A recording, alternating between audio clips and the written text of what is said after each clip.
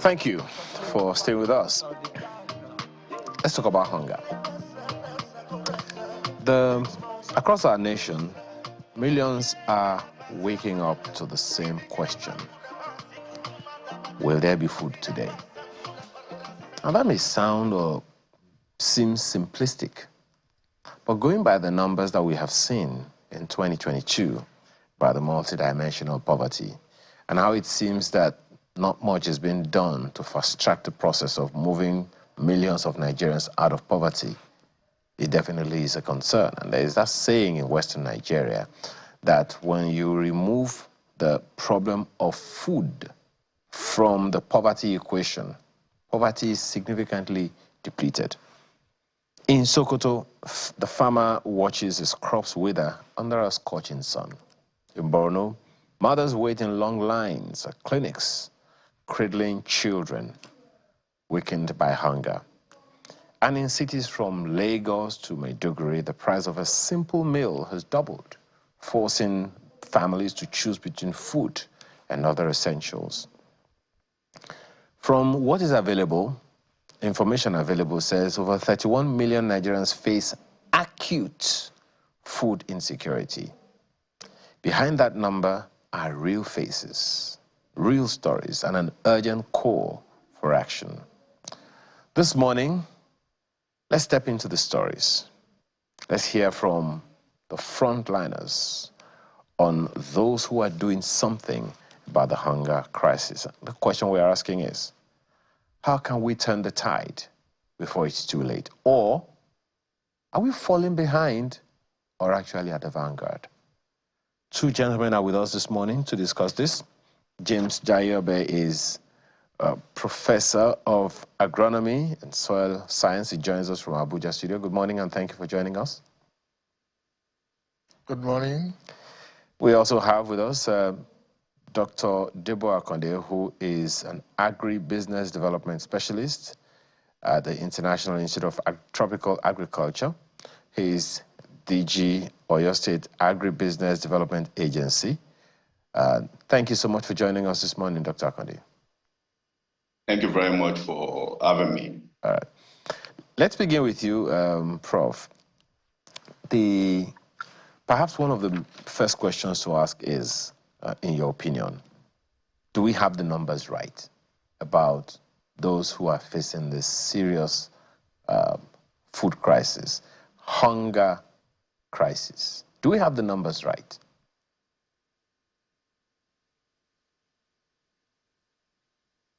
Yeah, I didn't get your question. Can you hear me now? Yeah, I can hear you now. Good. So I'm asking if you think we have the numbers right. Some data says that over 31 million Nigerians are currently facing acute food insecurity. Do you think we have those numbers right? Are there more or less? Yeah, it could even be more because there are a lot of Nigerians that are facing hunger right now, and it could be more. And the reason is not far-fetched, which I know we are still going to discuss more about that. Basically, probably Nigeria population is not even clear on this because over the years, there are a lot of people in this country, despite all the production efforts, but we still have more mouths to feed and probably less production in the country. So there's a deficit, a big deficit in the mouths to feed and the production system. Dr. Akonde, the same question to you, perhaps to start the conversation. Do you think we have more people? Because, as I said, the numbers are undulating between 31 to 33 million Nigerians living with hunger. These numbers are coming from the World Food Programme, which says that as at November last year, 33.1 million Nigerians are likely to be in food insecurity this year? For having me, I kind of agree more to the assertion that you made, and that is actually very factual. And there are diverse reasons why I am in agreement to that. Almost all the indices that could exacerbate the issue of hunger in any nation is gradually coming up in our country. If you look at nations where hunger has been a major problem, lack of attention to the space where agriculture is predominant, which is mostly the rural area of our country, is one factor that is always an issue. Issue of insecurity is another one. We're also seeing that in a good number of our subnationals, especially those areas where we've referred to as our food baskets within this country. In addition to that, I think the attention we are paying to the climate change impact on food production within this country is something that is also, happening here, and another major indices of that could result into hunger, reduction in food production. Other areas is about a kind of a policy that we are engaging on that has increased the cost of food production within this country, and that is almost making food unaffordable, to ordinary Nigerians to buy. I'm aware that quite a high percentage of what an average Nigerian is earning today is going into buying food. So all this pulled together will obviously show that that figure is not valid. It would be much more than that. Oh dear. And that's really okay. I'll come back to you, but I want to first of all provoke you by going back to Professor Jayabade. The federal government does not have land. This is my opinion, and anyone can take me up on it. We have state governors who are in charge of the land, any land in Nigeria, at least to the best of my knowledge. The Land Use Act and all of those things, they authorize the governor or the state government to take charge of that part. Consequently, the reason that they have Ministry of Lands here and there. And that also speaks to whether or not we have enough reason to be hungry or not. I am still befuddled by the fact, for instance, this is on the side, Prof. People are talking about GMO now, and there are those who are also quarreling with it and saying we have too many open spaces, too much land in this country to be talking about GMO when we have not cultivated like half, if at all anything close, of the land, the arable land that we have in the country. Do you think there are issues in the way of the state governments in particular doing this? We have a food basket of the nation that is nowhere near that anymore, it would seem. And we have states, for instance, like Oyo State. We'll come back to Dr. Akonde in a moment. Do you think the states are doing enough in the area of food production? What we had before, do you think we still have them? What are the issues that you think we need to address to make us do better in food production, Professor Jayaba? Yeah, thank you very much. And I'm happy you raised the issue of the arable land in Nigeria. Yes, Nigeria has a very large arable land, which more than 40 to 60% are still not cultivated yet, However, even those that are being cultivated over the years, little attention have been paid over the quality of the soil health. Over the years, the land have been put into cultivation year in, year out, and the quality of the soil, the fertility of the soil, the health of the soil are not being considered. Although this period, we are having almost the best attention on soil when we have the government, federal government will of promoting Nigerian farmer soil health scheme. Having said that, the states are the custodian of the land based on the Land Use Act. And the disconnect between the productivity of the states and the utilization of the human resource that we have is one of those things that is bringing the gap between the level of productivity in the country. There are other issues that we are going to discuss later, but let's lay the foundation right. If we get our soil productive with every other thing in place, you can be sure that the output of the soil will be better. Let me give you an instance. We have a number of potential good seed that the National Seed Council has released over time for cassava, for maize, for rice, for different crops in Nigeria.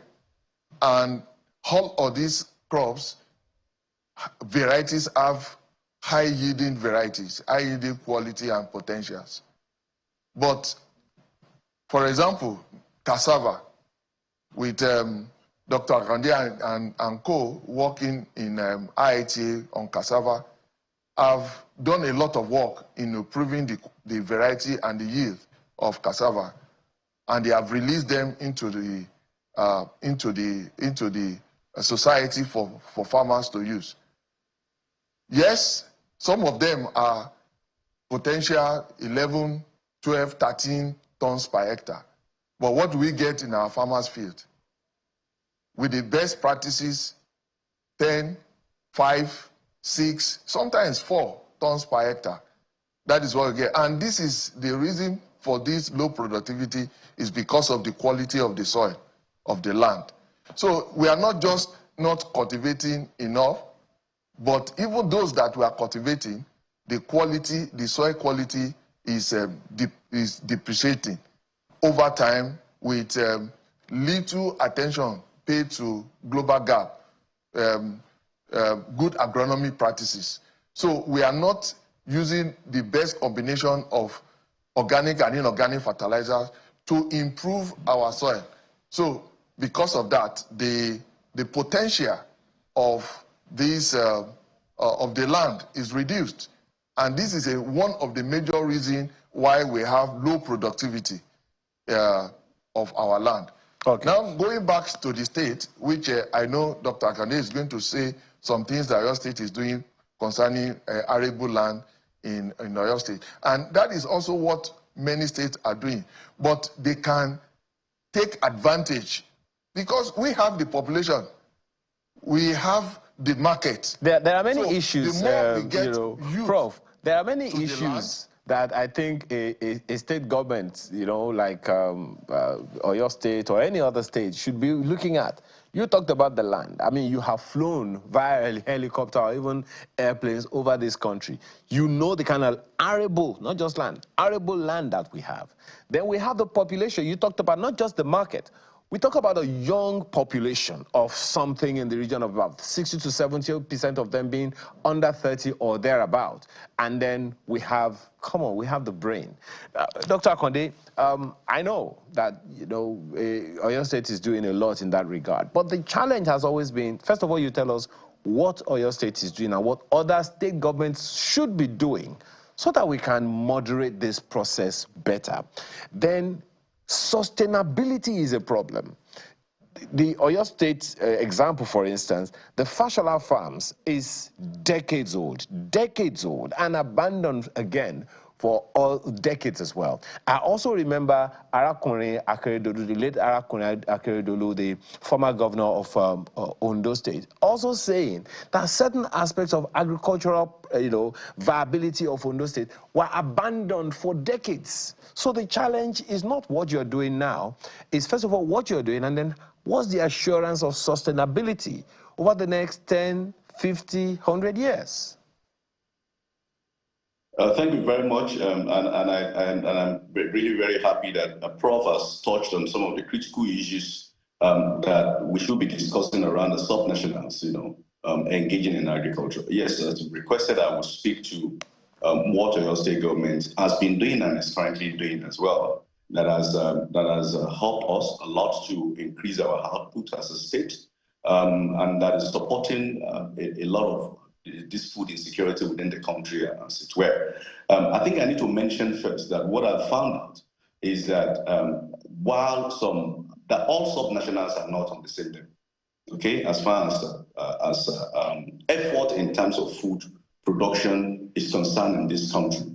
Some that are not that doing well, maybe not because of their own giving, maybe they would like to do much more, but the situation that surrounds them is not allowing them to do that. I can make reference to places like Benue and Plateau that are seeing some incessant attack, of recent in core areas where food production should have been taking place. I think the similar thing applied in the previous government in Kaduna, but I think Kaduna is doing much more now, where there's been a lot of relief around all this kind of an attack. Well, in your state, what we've been able to focus on as a state is to see how best we can relieve the risk, burden of farmers across board within the state. And what does that mean? As far back as 6-7 years ago, our strategy has focused on ensuring that our core area of investments in the state in the infrastructure is around the rural area. And if you go around Oyo State today, and I dare say that, just drive around Oyo State today in the rural areas, some of these roads that are available in the rural areas are things that are not even present in the urban area in some other states. In addition to that, we've gone further, to start constructing what we refer to as feeder roads today into the farm. Currently, we have over 1,200 kilometers of feeder roads, that we have started constructing. We've done close to around 100 kilometers. We are doing close to around 100 kilometers that are leading to all these roads that we have constructed around the state. The key areas, almost all areas in the state are good enough for diverse kind of a crop production. And what we have done is to create that connectivity around the area. Those that knows Oyo State very well, we know the newly constructed road by His Excellency the Governor of Oyo State between Iseyin, Fakote, Obomasho, the federal government road that was reconstructed by the state between Iseyin, Fashola, and Oyo. Similar thing applies to Iseyin, Moniya. We are doing the road between Ido and Iseyin. We have done the road between Iseyin to Shaki, and we are building quite a lot of rural areas. Those are the critical regions of the state where food production is coming from. And what is this doing? This is going to help us to reduce the usual 40% post-harvest loss, that we always experience in crop production. Because 2 things or 3 things create that post-harvest loss. First is the issue of non-accessibility, of those farmers to move their product from farm, to where they can sell it or process it. The second thing is about the issue of aggregation and of those crops within the farm gate. We are building what you call the agro-logistics, in those farms. Currently agro-logistics hubs in those farms now. And beyond that as well, you have a problem of materials for planting that was mentioned by Prof earlier. In Oyo State again, we are working, making use of science, innovation and technology, to support our agriculture. And Excellency has ensured, that our systems has become top-notch. And what does that mean? Prof was right. The materials that we have been using in crop production in this country for a large period of time were old materials that will not give us yield that is more than limited yield. So we're talking about both intensive and extensive agricultural practices. Even in the intensive agricultural practices, we could get more yield. If you have small land, it's not necessarily about cultivating all the land. The small land that you have, what is coming out of it? So in our state now, I can rightly tell you that by virtue of our relationship with, well, of course, I work with IT, as you mentioned, we have started establishing seed farms for both vegetative and generative crops across the whole of the state. And we have examples, of that. So meaning that the materials that we are ditching out for our farmers in the state now are materials that will make them to have a higher yield of crops, within our state. We deploy IT technology that is referred to as SME, or autotrophic hydroponic system, that helps in the rapid multiplication of seed or planting materials, across the whole of the state. Again, if you come to some of these ops that you have mentioned now, you will see this SAR technology within the place. We went further, and not just to start developing the seed system. We also start doing analysis of the materials that the farmers are using on the farm. It will shock you or may surprise you that during the COVID-19, when we were going to have a supply, of fertilizer within our state, we went behind those suppliers to go and do the analysis of those fertilizers. Fertilizer that was supposed to be 20-10-10, the result we got from it was 172-358, and what others do we have? If you have fertilizer that is already problematic, you rather planting materials that are old or that are rather grazed rather than seed, bad agronomic practices, climate change problem. I'm sorry, it is garbage in, garbage out. So we are overcoming that as a state by using science and innovation to back ourselves up. And the icing on the cake, as you have mentioned, is the industrial ops that we are building across the whole of the state. We've done one in Fashola.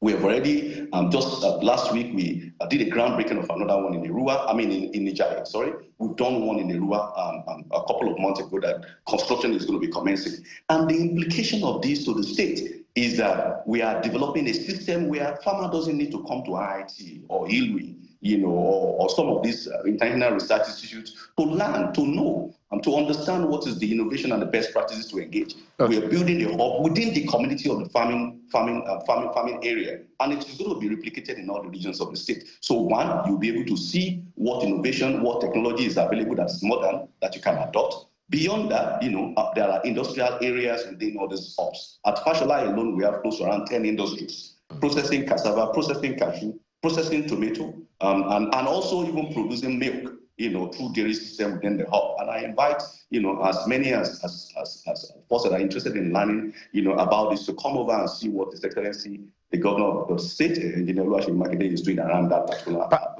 area as well. What that does is that my apologies, Dr. Akande. And see what modern approaches. I know. Your passion for agribusiness is well documented, and as Professor Jaraba has also said, it is something that is also known. But let me ask you, Prof. Dr. Akande said not all states are at the same level in terms of food production. I would like you to speak to the veracity or otherwise of that, because even those that have what it takes over the years had abandoned what needed to be done. Earlier, we spoke about flooding. Flooding has eradicated the capacity of some states. Benue has struggled with insecurity and flooding, for a while, and consequently, its status as food basket of the nation, I don't know how well we can still rate that. Some of these things are perhaps reversible. Some of them are perhaps avoidable. What are your thoughts on what Dr. Akande said about all states not being at the same level in terms of the capacity to produce food for the country? Yeah, coincidentally, Nigeria is so blessed, we have diverse ecology, and we have diverse opportunities and commodities. We have, from the coastal area to the Sahel of this country, they have area of comparative advantage to make them to be a world leader. When I mean, mark my word, world leader in each of these commodity production. We need our subnational now to be proactive in a number of ways. And I will itemize them. For example, our mechanization percentage as a nation, national average, is 0.27%. What we are saying is that less than 1% of Nigerian farmers are using mechanization. It shows that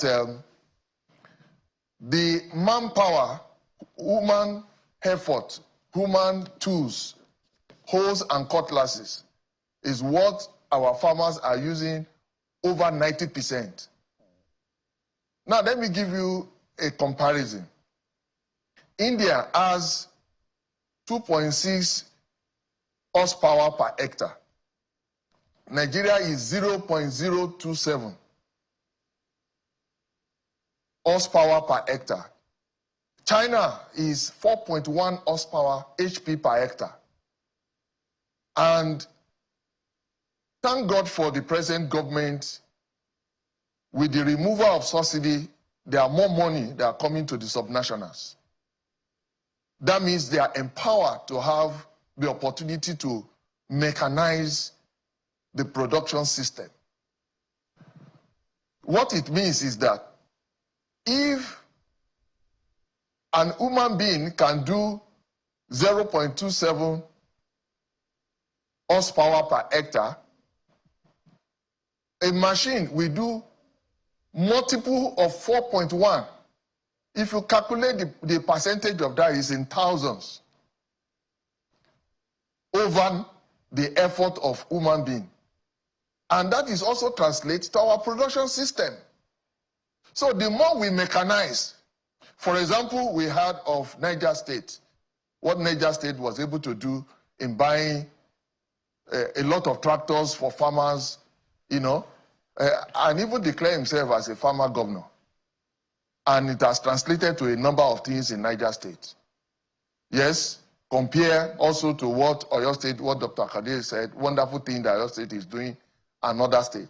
If every state can utilize the resources that is within them and increase their budget allocation to agriculture. I asked one of my PhD students recently to do an analysis of fiscal budget of the subnationals in agriculture. It is so interesting and so baffling that even the 10% that is recommended, less than half of the states in Nigeria, less than 10 or 15 states are actually having 10% allocation of their budget to agriculture. And what are we talking about? If we can increase our budget allocation to agriculture, increase financing to farmer, improve infrastructure just like Oyo State is doing of these feeder roads and infrastructures for farmer, to reduce post-harvest, to stimulate production, to have farm settlement where we can bring in youth, young people to have gainful employment. There's different from engaging youth in agriculture and making them to have to see agriculture as a gainful employment for them. That is when they will stay. Okay. Many of them are not staying because we're running out of time, Prof, and I appreciate the perspective that you have brought into it to make the system a little more open. Perhaps that's the last question I'd like to ask you, Dr. Akande. How do we open up the system? You've invited people to come to Oyo State to come in and see, what Oyo State is doing. What's the entry level?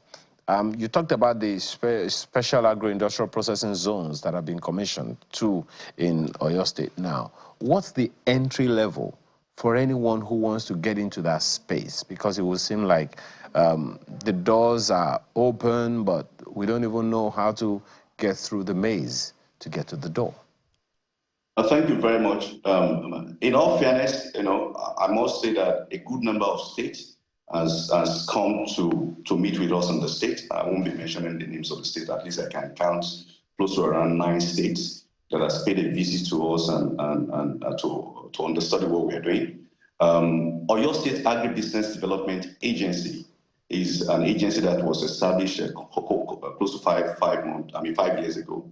That is seated under the Office of the Governor as a special purpose vehicle for development of agriculture and industrial agriculture beyond what the Ministry of Agriculture and Rural Development is doing in the state, and that remains to be the entry point.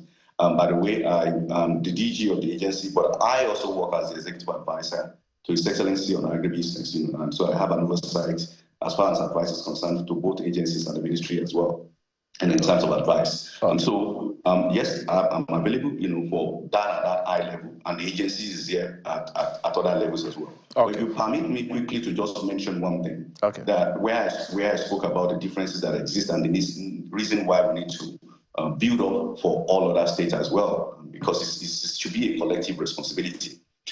Between December and April 2025, we have what they call the exit control posts in Oyo State, like 3 of them in Oyo State. And we get our data of what food product move out of the state and the quantity that move out of the state. Between December to April 2025, we recorded 11,331 tons of cassava that was moved out of the state in one of these exit control posts alone. If I convert this 11,331 tons of cassava to Gari alone, I will have 44,000 bags of Gari, meaning that 44,000 bags of Gari was recorded as being moved out of Oyo State alone between 5 months. We are updating the data, and we are collecting data across all of the exit posts. It shows to us that, while others are struggling, quite a number are coming to the state to come and move product out. I mean, of course, it's one Nigeria, but if this production has been taking place in other states as well, maybe it will have been a material that we'll be able to use within our state. Just to mention that this is very, very critical and very important to ensure that subnationals are strengthened enough, to continue to produce food. As you rightly said at the beginning, it's the state that has the land, it's the state that has the people. Absolutely, and there is no further discussion on that matter, because clearly a lot can be done. Why those things aren't being done, we shouldn't be looking at excuses anymore, because the reality of hunger is stuck in the face. And we can cut down these numbers simply by producing, as Professor Jayoba has said. Thank you so much, gentlemen, for your time this morning. Dr. Debo Akonde, Agribusiness Development Specialist at the IITA, DG Oyo State Agribusiness Development Agency, and Executive Assistant to the Governor of Oyo State on same. Thank you for your time, as well as Professor James Jayoba, Professor of Agronomy and Soil Science. We appreciate your time and your perspectives this morning. Thank you very much for having me. All right. Now, when we return, we're talking about another issue, also in another area of life that's equally gotten the attention of the federal government to add to the GDP. What's that? Talk about that when we return.